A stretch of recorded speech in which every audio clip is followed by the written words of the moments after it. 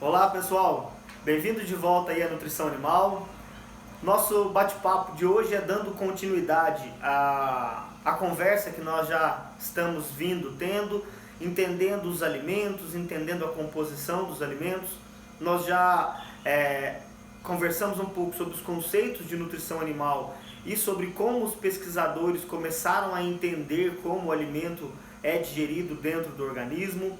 Nós já conversamos também sobre como nós chegamos à conclusão do que o alimento é composto, das proteínas que existem neles, das fibras, dos carboidratos, né? Ou dos lipídios que existem nesses alimentos. Nós já entendemos como é que a gente faz para determinar cada um desses nutrientes ou cada um desses componentes dentro do alimento. O nosso bate-papo de hoje, então, é uma continuação desse processo, falando sobre energia, digestibilidade e também sobre as necessidades nutricionais dos animais, tá? Porque é o seguinte, pensem comigo, nós falamos que um alimento é composto por proteína, é composto por carboidratos, é composto por lipídios. Esses são nutrientes, são coisas que vão nutrir os animais. Mas se a gente parar para pensar mais a fundo, o que nós estamos querendo conversar é sobre troca de energia. O alimento, vamos pensar o grão de soja. O grão de soja, ele armazenou a energia que estava vindo do sol. A vaca que comer esse grão de soja, ela está pegando a energia que foi armazenada vinda do sol. E nós que vamos comer o bife, estamos comendo a energia que foi armazenada pela vaca, que foi armazenada, que foi advinda, né, consumida do grão de soja, que foi armazenada do sol. Então, aquela frase que todo mundo aí conhece, na natureza nada se cria, tudo se transforma, é verdade. Toda a energia que existe, ela está sendo transformada e passada de um alimento para o outro, de um animal para o outro. E aí nós chegamos num conceito, assim, a primeira pergunta que vem é: o que é energia? Ou o que será que é energia? E não existe uma definição correta ou concreta de o que é energia, e ela vai depender muito para quem você perguntar. Se você perguntar para um físico o que é energia, a resposta vai ser totalmente diferente do que um filósofo poderia te responder, tá? Ou então um professor muito cansado que resolve ir para a praia e vai ver o pôr do sol, a definição de recuperar as energias para esse professor vai ser muito diferente, por exemplo, do conceito de energia que nós utilizamos dentro de nutrição animal. E qual é esse conceito de energia utilizado dentro de nutrição animal? Energia é aquilo necessário para o animal para ele se manter vivo e produzir. É o combustível necessário pelas células dos animais para que ele possa se manter vivo e ainda produzir. Para uma vaca, por exemplo, ela necessita de uma certa quantidade de energia para se manter viva e de uma outra certa quantidade de energia para produzir o leite que nós vamos consumir, certo? Então, dentro de nutrição animal, esse é o conceito de energia. E toda a energia consumida, utilizada pelos animais, ela vem dos alimentos. Então, nós precisamos entender os componentes dos alimentos e quais deles trazem energia, quanto traz de energia, o que é energia ali dentro deles, como é que eles chegaram a essa conclusão. E nós já sabemos essa resposta. A energia vem dos nutrientes, ou melhor dizendo, a energia vem da queima dos nutrientes. Então, quando se queima a proteína, quando se degrada a proteína, o que é liberado, que estava ali armazenado nas ligações entre as moléculas, né,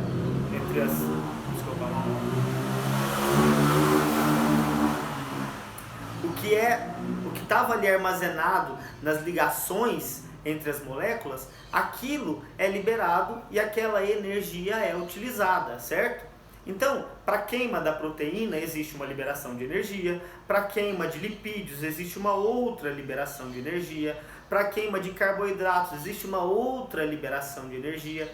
Então, a quantidade de nutrientes que um alimento contém vai determinar qual é a quantidade de energia que esse alimento vai fornecer ao animal. Interessante, né? E aí a gente começa a pensar em uma informação importante. A energia vinda de lipídios, ela é muito maior do que a energia vinda de carboidratos ou de proteínas. Isso tem relação muito com a forma de ligação entre as moléculas ali, tá bom? O lipídio ele vai fornecer aí em torno de 9 quilocalorias por grama de molécula, enquanto que os carboidratos ou as proteínas vão fornecer ali em torno de 4 quilocalorias por grama. É importante entender essa quantidade de energia advinda de cada um desses nutrientes para que a gente possa depois saber calcular dentro da formulação de dietas o que está acontecendo. Sabendo aí que a energia ela advém dos alimentos, nós precisamos começar a entender que nem todo alimento, desculpa, não é isso que eu quero dizer. De todo o alimento que é consumido, tá? Se o animal ele consumir aí 1 quilo de soja, ele não vai aproveitar 1 quilo de soja. Por quê? Porque uma parte é liberada nas fezes, tá? Então, nem toda a energia contida naquele alimento ela vai ser utilizada pelo animal. E existem alguns fatores que alteram isso que nós iremos discutir. Mas aqui por agora, vocês precisam entender que a quantidade de energia contida naquele alimento, ela não vai ser 100% aproveitada pelo animal. E uma boa quantidade ela vai ser eliminada, perdida. Ela pode ser perdida, por exemplo, aí na forma de fezes. Tá? O que acontece? Como é que eu sei que existe energia nas fezes? Eu até pensei em fazer isso aqui em casa.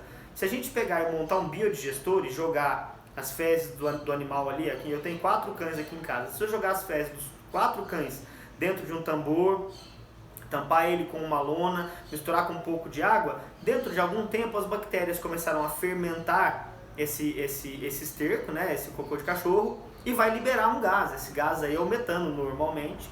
Depois que eu filtrar esse gás, eu posso utilizá-lo no fogão de casa para cozinhar, por exemplo. Então, queimando esse gás, eu vou obter energia. Então eu sei que nas fezes existe energia. Então, nem toda a energia contida no alimento ela vai ser aproveitada pelo animal. Uma parte ela vai ser liberada nas fezes. E aí a gente começa a entender os conceitos dentro de nutrição animal. O conceito de energia bruta é toda aquela energia contida dentro de um alimento. Já o conceito de energia digestível é depois que o animal se alimentou e digeriu o alimento, uma parte foi excretada. Então, o que sobrou da energia bruta é a energia digestível. O que foi excretado nas fezes, tá? É a energia fecal que foi liberada nas fezes. Nós conseguimos calcular o coeficiente de digestibilidade através desses valores. Você simplesmente aí, você vai lá e fala, eu forneci 63, vamos seguir a tabela aqui, eu forneci 63 quilos de uma matéria seca, de um alimento para um animal. Tá? Nesse caso aqui era um novilho. Eu forneci 63 quilos de alimento para um novilho.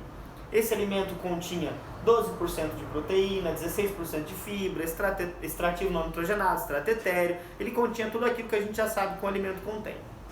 Depois eu fui lá e eu pesei quanto de fezes aquele animal liberou e eu avaliei as fezes.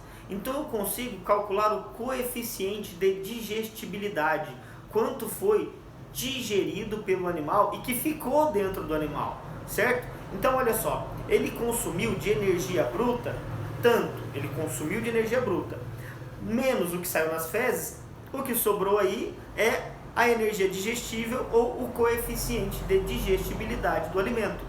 É aquilo que nós utilizamos na aula passada, onde eu expliquei que nem todo alimento é digerido, uma parte é liberada. Então a gente calcula o NDT, por exemplo, em cima dos nutrientes digestíveis, ou aquela fração que foi digerida. Entenderam isso aí? Vamos continuar, porque é o seguinte, o animal ele não libera só energia nas fezes, ele também libera energia na urina, tá?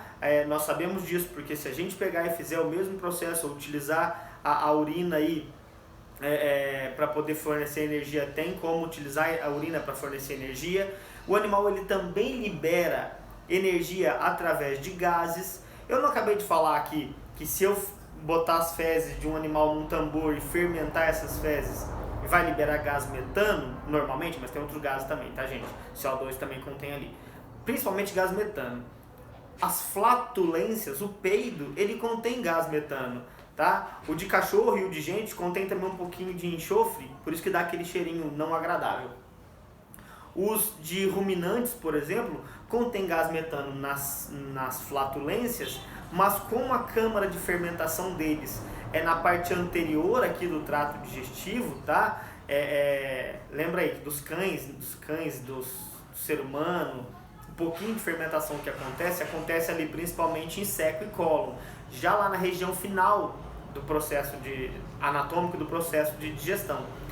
Nos ruminantes, a fermentação ocorre no início, ali no estômago, na primeira cavidade do estômago, certo? Então, esses animais, eles liberam gases através da eructação. E aí vem uma coisa importantíssima. A quantidade de gases que os ruminantes liberam através de eructação, através de arroto, ela é grande, e os ruminantes, eles são acusados de adicionar gases ao efeito estufa, tá bom?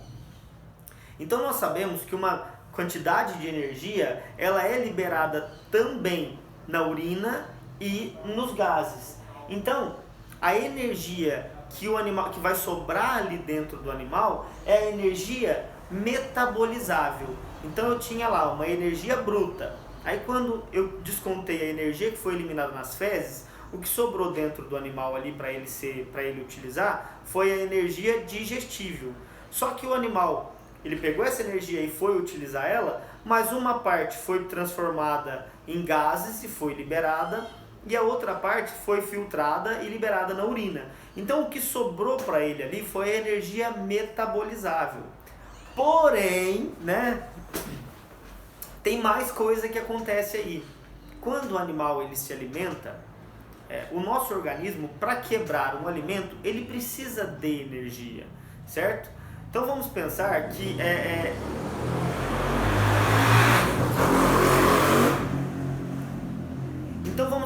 que o processo de quebra do alimento necessita de energia, tá? E vamos pensar também que o processo de digestão do alimento, ele eleva a temperatura do animal. E essa elevação de temperatura, ela não é de verdade utilizada pelo animal, é simplesmente porque ele está digerindo o alimento. A isso nós chamamos de incremento calórico. Isso também não é utilizado diretamente pelas células dos animais, certo? Essa energia que é utilizada ali para quebrar os outros alimentos, ela também não é utilizada de verdade pelos animais, pelas células dos animais para se manter viva. Então o que acontece? Nós também devemos descontar o incremento calórico. Então da energia bruta, eu tiro a energia fecal, sobrou a energia digestível. Eu tiro urina e tiro gases, sobrou a energia metabolizável. Eu tiro o incremento calórico, o que sobrou, aí sim, energia líquida, certo? Dentro dessa energia líquida, duas partições irão acontecer. Uma parte dessa energia, ela vai ser utilizada para mantença ou para manutenção da vida do animal, e a outra parte vai ser utilizada para produção.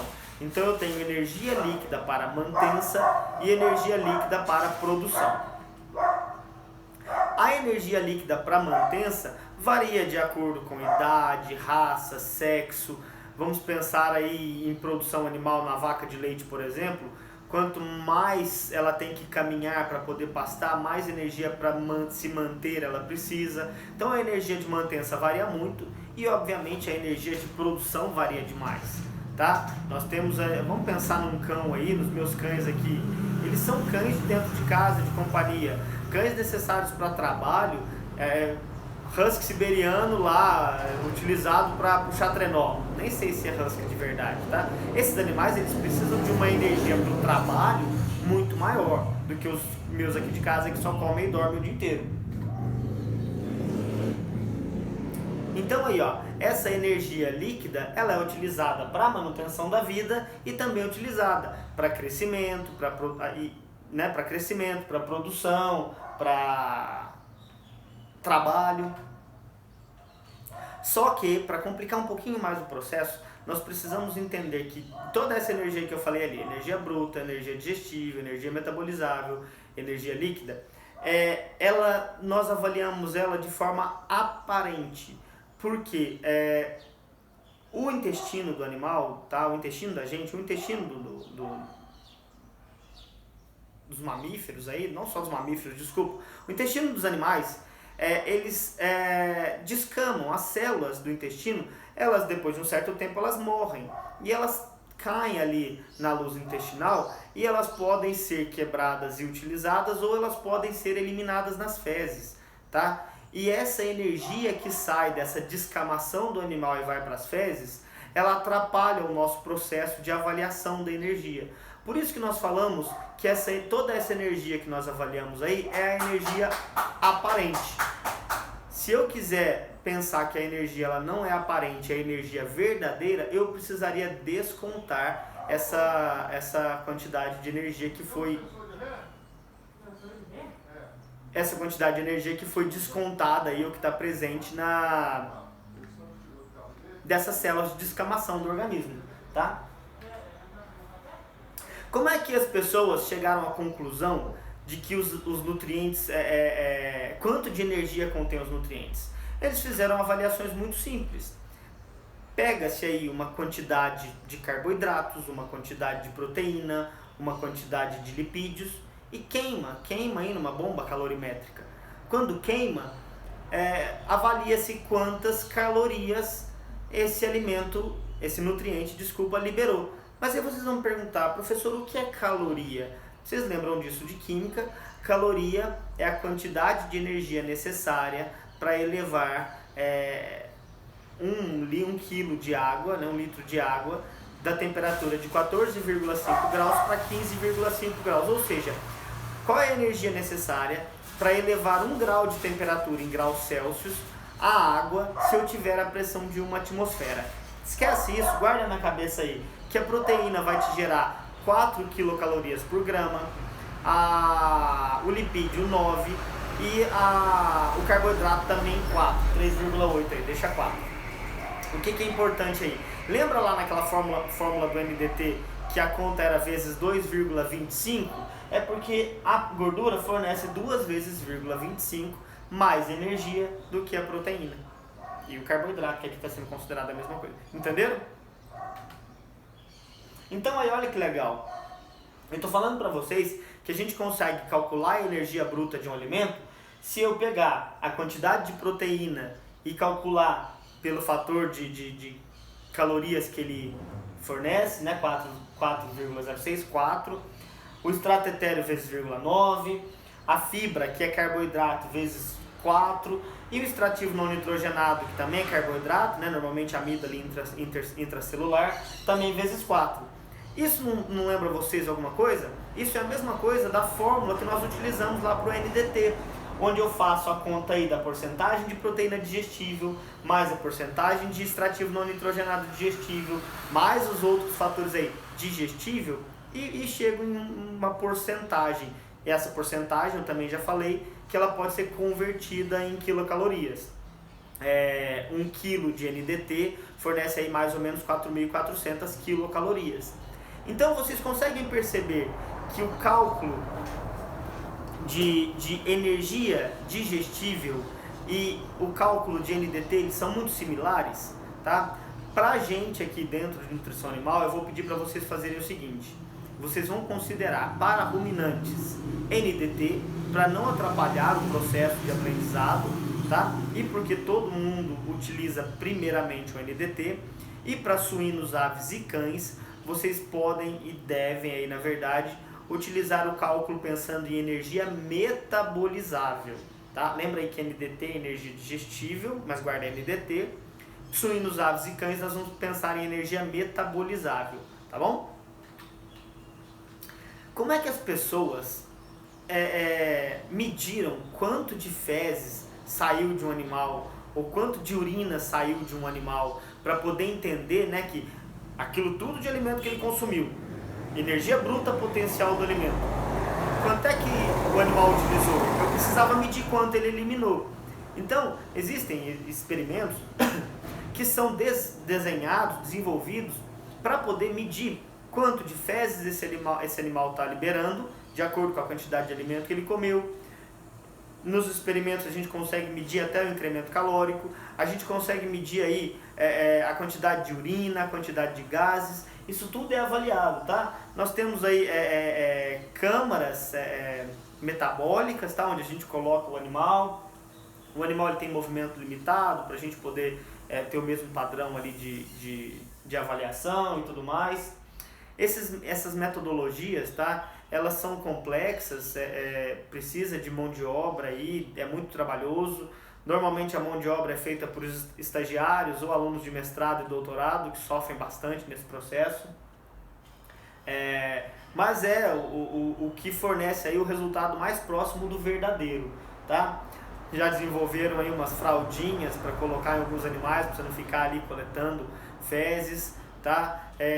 Mas a gente pode ali, por exemplo, para coletar urina, tá? Você pode chegar ali e botar uma espécie de uma fraldinha mesmo do animal, um funilzinho, toda vez que ele urinar você já coleta, ou então pode inclinar o piso, quando ele urinar, a urina cai toda para um lugar, as fezes você separa ali para cair em outro, né? Lembrando aí que demanda mão de obra isso para coletar as fezes. Existem outras formas, né? Nós temos aí outros métodos para tentar avaliar, que seria diretamente in situ, que você faz uma fístula ali no animal, para bovinos normalmente funciona muito bem, e vai lá e mede o processo digestório que está acontecendo ali no rumen. Você pode utilizar de análises laboratoriais in vitro que simulam a atividade do rumen para fazer isso, tá? Por que a gente ainda não entende muito do processo de nutrição e digestão dos canídeos, dos cães e dos gatos? Porque existe muita controvérsia para utilizar esses animais em experimentos, tá? Eu sei aí que vocês já me perguntaram e se perguntaram, né, por que a nutrição animal está tão baseada em animais de produção e tem uma quantidade menor de informações disponíveis para cães e gatos. E muito tem a ver aí com o processo de experimentação. Nós precisamos entender quanto de energia é perdida nas fezes, quanto de energia é perdida na urina, quanto de energia é perdida em gases ou em incremento calórico. E isso tem muito a ver aí com o bem-estar animal. Nós temos vários fatores que alteram a digestibilidade dos alimentos, tá? E que alteram o aproveitamento de energia pelos animais.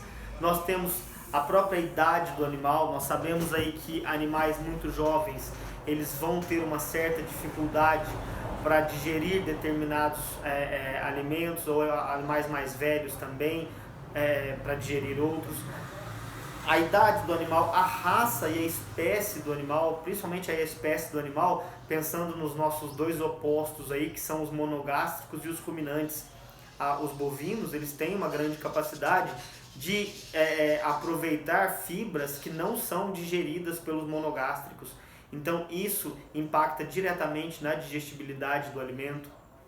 Nós temos a própria característica do alimento, tá? Nós temos aí idade da planta, vocês já viram em forragicultura, quando a planta está muito mais velha, ela tem mais lignina. A lignina, ela se liga de uma forma muito específica à celulose, à hemicelulose. Então plantas muito mais velhas com muita lignina, o animal não consegue quebrar essa ligação entre a celulose e a lignina e não consegue aproveitar a energia que estava contida ali na celulose, não consegue, portanto, digerir muito bem aquele alimento. O que mais que nós temos de fatores aí? Nós temos alguns fatores antinutricionais que podem influenciar um animal, uma espécie de animal, mas podem não influenciar outras, tá? Nós teremos uma aula só de fatores antinutricionais. E isso também impacta diretamente a digestibilidade. E aí, depois que a gente entendeu o que é energia, o que é digestibilidade, como é que acontece, vamos entender aí as necessidades nutricionais. Mas só uma coisa, eu acho que eu não vou ter tempo de falar em outra aula, então eu vou falar nessa aqui. Quando a gente chega numa produção animal, qualquer que seja ela, pode ser para cães, pode ser, ou até, né, pode ser para cães, pode ser para aves, pode ser para vacas. Vocês já estão sendo educados para observar as fezes dos animais. tá? Clinicamente vocês estão sendo educados para observar as fezes dos animais, mas vocês precisam observar as fezes dos animais também pensando nutricionalmente. Eu vou até voltar na foto aqui, porque eu não vou ter tempo mesmo de falar em outra aula, e acontece o seguinte: nós conseguimos avaliar o processo de digestibilidade que está acontecendo no animal observando as características das fezes.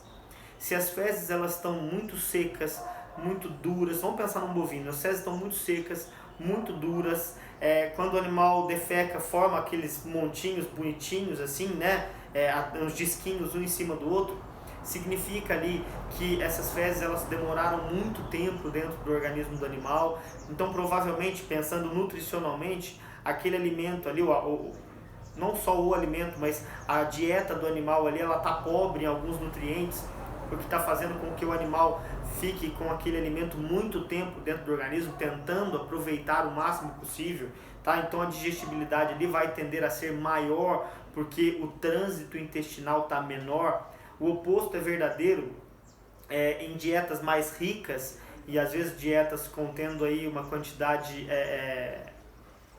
grande de alguns nutrientes, principalmente óleo, tá? Pensando aí num cão, a taxa de passagem aumenta, então o trânsito intestinal ele é mais rápido, a taxa de passagem aumentou. Então quando a taxa de passagem aumenta, o processo digestório ele tem menor tempo para poder realizar toda a sua atividade, então a digestibilidade daquele alimento cai. Então eu gostaria que vocês começassem a clinicamente desenvolver esse olhar, nutricionalmente desenvolver esse olhar para tentar entender como é que está o processo de digestão desses animais. E aí, depois que vocês já entenderam o processo de digestibilidade, de energia, vamos entender então as necessidades nutricionais dos animais. Porque no final das contas, tudo que ele precisa é energia, mas a energia vem de nutrientes. Então quanto de cada nutriente ele precisa? Nós teremos uma aula só para entender aqui o metabolismo, mas vamos lembrar aí que as proteínas fornecem aminoácidos, e aminoácidos são importantes para a confecção de proteína dentro do corpo, tá? Então o músculo precisa crescer, então precisa de proteína para o músculo poder crescer. Para poder fazer tecido precisa de proteína. Então nós sabemos que animais jovens em crescimento precisam de proteína, animais em engorda precisam de proteína. Para uma vaca de leite, por exemplo, a lactose no leite ela vem de glicose mais galactose. E a glicose, tá? O exemplo foi horrível, mas a glicose, vamos pensar aí que ela vem de carboidratos. O exemplo foi ruim porque a vaca de leite ela consegue glicose de outras formas, tá? Mas o carboidrato aí é uma fonte de energia. E a glicose ela vai ser transformada em glicogênio e vai ser armazenada no organismo dos animais, tá? E ela vai servir aí de reserva energética. Os lipídios também servem de reserva energética. São importantes aí principalmente para aves. Nós temos, cada nutriente tem lá a sua característica, o seu uso principal. Então, os animais eles precisam de uma quantidade X de cada nutriente. Pensando que no final ele precisa de uma quantidade total de energia, mas dentro de cada nutriente ele precisa de uma quantidade mínima, tá? E aí nós temos duas vertentes. Para ruminantes, nós fazemos a conta pensando primeiro que o animal ele precisa estar saciado. Então ele tem que comer uma quantidade total de alimentos, porque fisicamente o rumen tem que estar distendido para estar saciado, tá bom? Lembra aí que os ruminantes eles comem muito rápido, passam 8 horas comendo ali, né? Do dia cheio ele passa 8 horas comendo, e depois que ele come ele deita para poder fazer o seu processo de digestão. Então ele precisa se sentir cheio para depois começar a fazer o processo de digestão. Então nesse caso, como fisicamente é importante o rumen estar cheio, tem algumas relações hormonais aí que nós não precisamos entrar em detalhe. Mas como fisicamente o rumen tem que estar cheio, eu considero a quantidade total de matéria seca que esse animal precisa comer. E normalmente ela está entre 2 e 3% do peso vivo. Já falei isso para vocês na aula passada, nós fizemos até algumas continhas.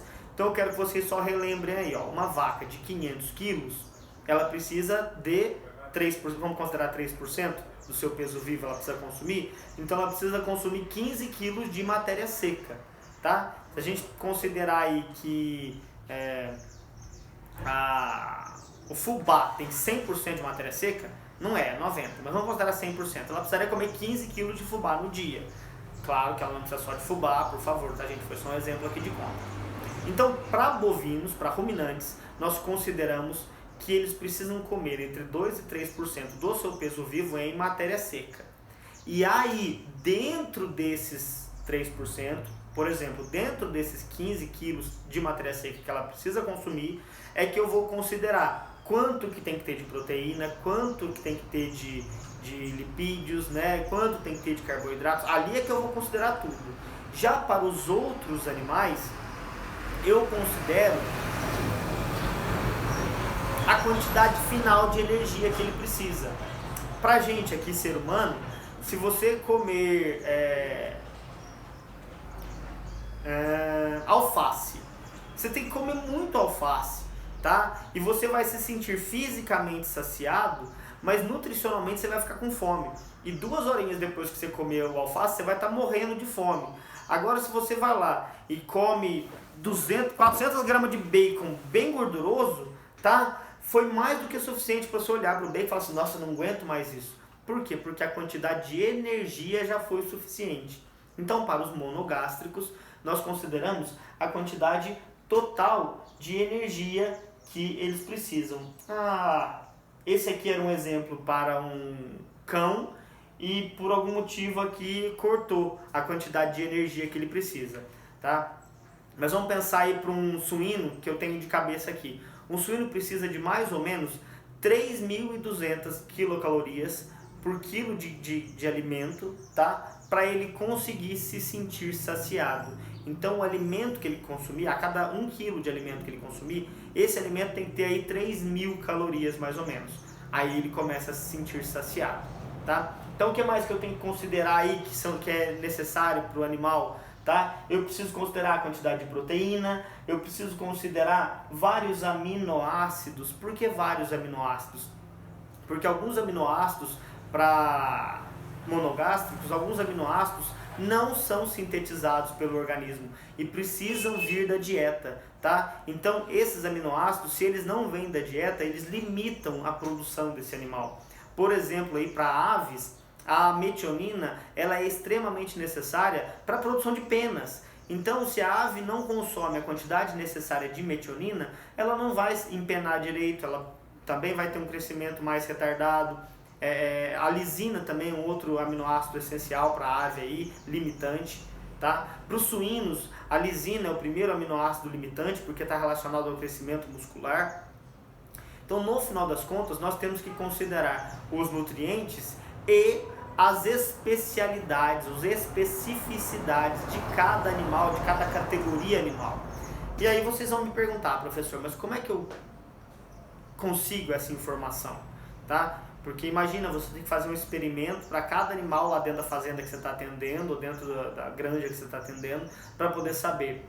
Não precisa, tá? Os pesquisadores já fizeram isso. Então o que você vai fazer é ir atrás das exigências nutricionais daquele animal, daquela espécie animal, daquela categoria animal, dentro das publicações desses autores.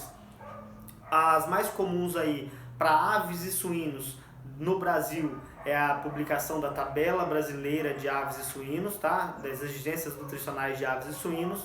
Para os ruminantes, o NRC é o mais utilizado, mas vocês verão aí várias e várias publicações.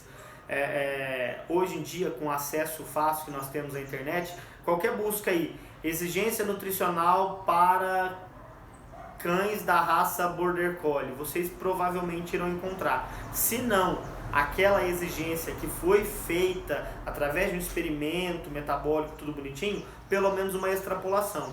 E aí vocês vão conseguir entender quanto aquele cão precisa de proteína por dia, quanto aquele cão precisa de carboidrato por dia, quanto ele precisa de lisina, de metionina, de triptofano, de cálcio, de fósforo, tá? E aí você consegue suprir, depois fazendo conta, todas as exigências nutricionais, tá? E nós vamos aprender aqui como é que você pega os alimentos e mistura eles de modo a suprir todas as energias, todos os níveis, todas as exigências. Beleza? Obrigado, pessoal!